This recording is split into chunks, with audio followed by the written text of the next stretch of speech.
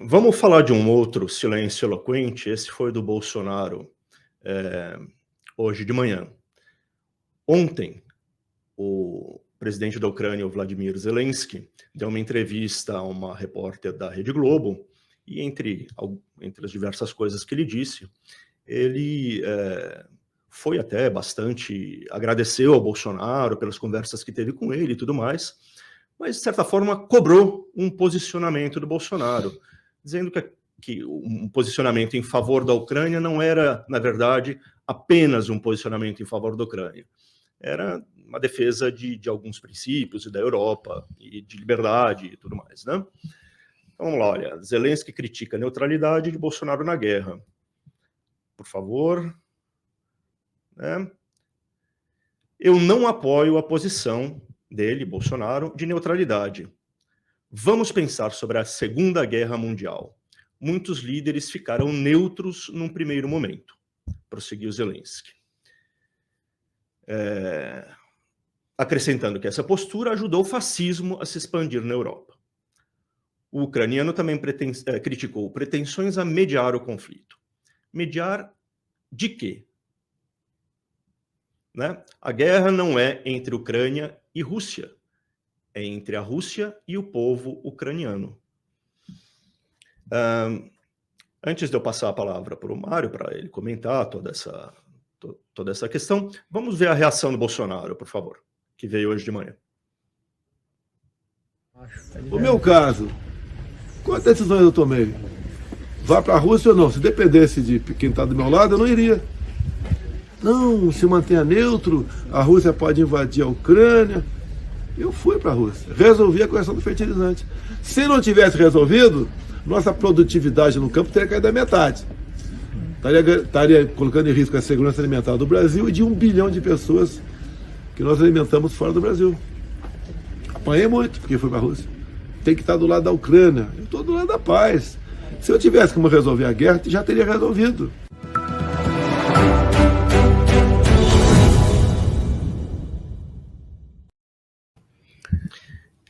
É mais uma daquelas declarações confusas do Bolsonaro, em que coisas que têm algum sentido se misturam com outras que são perversões, né?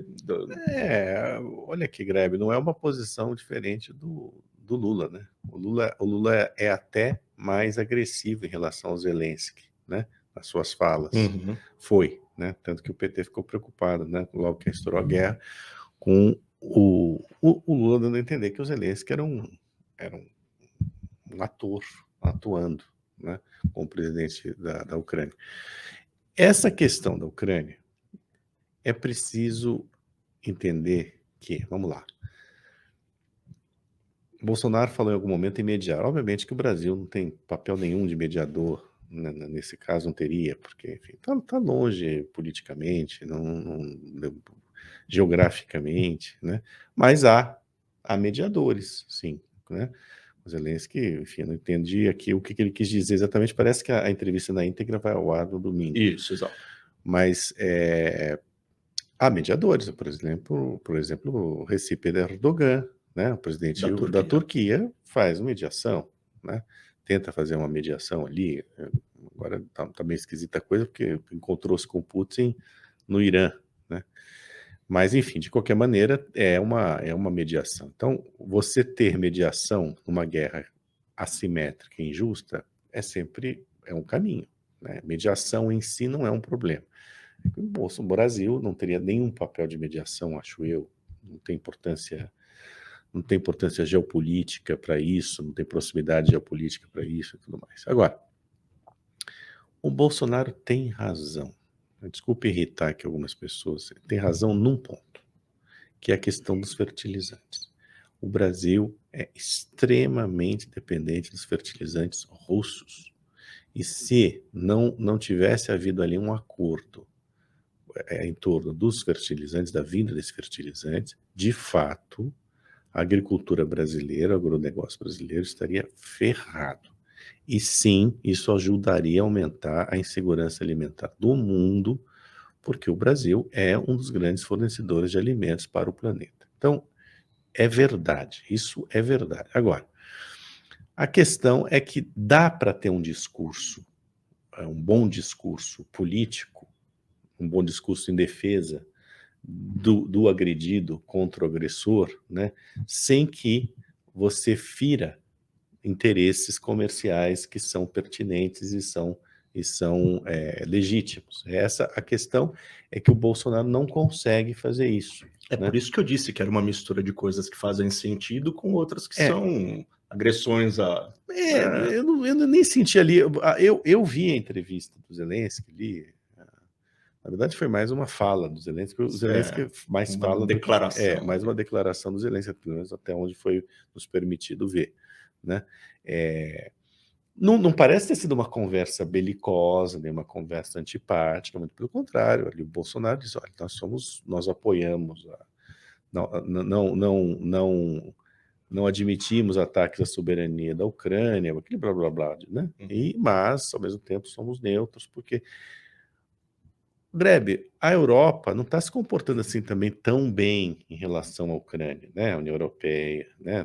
Tem muito blá blá blá, muita visita simbólica e tudo mais, mas quem está fornecendo armas de verdade para a Ucrânia são os Estados Unidos da América e o Reino Unido do Boris Johnson, que não se sabe se o Boris Johnson, se ele sair, né, quando ele sair, se continuará tendo o mesmo apoio à Ucrânia. São esses os dois grandes países. A Alemanha, por exemplo, fez um papel vergonhoso, inclusive sem permitir que, no início, que aviões britânicos pudessem sobrevoar, né, o seu território e entrar no seu espaço aéreo para levar suprimentos e munição para o território ucraniano. Então, assim, não é, o Macron é muito bom de papo, tal, mas, né, mas assim, foi muito engambelado pelo Putin, né? Então, não os países estão numa situação complicada, porque a guerra na Ucrânia, que é o país agredido, que é um absurdo, isso eu já escrevi N vezes, né? Estamos todos do lado da Ucrânia, tudo mais, mas assim, a guerra da Ucrânia está causando, primeiro, um aumento exponencial do preço do petróleo, no preço dos demais combustíveis, aumentando a inflação que já vinha da pandemia. Então, todos os países estão enfrentando inflações muito acima do que seria razoável.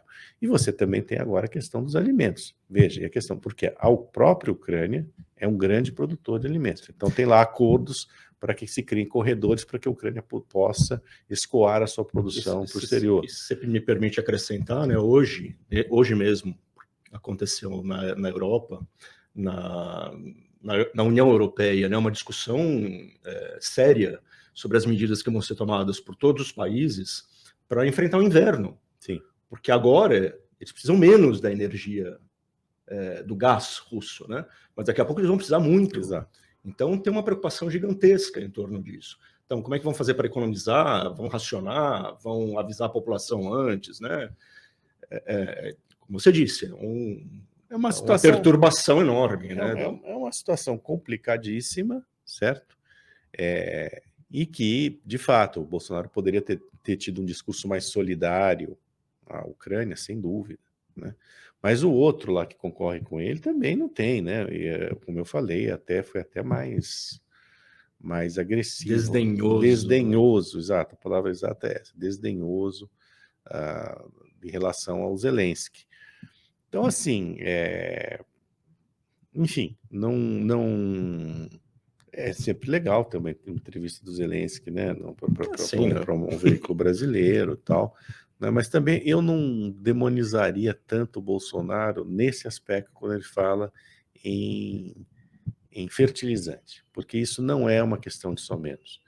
Teria sido um desastre, e a verdade é que a Rússia tem lá suas alavancas, né? O gás, como você falou, no caso da Europa, principalmente, e tem a questão dessa produção de fertilizantes, da qual nós dependemos. Não há como contornar isso.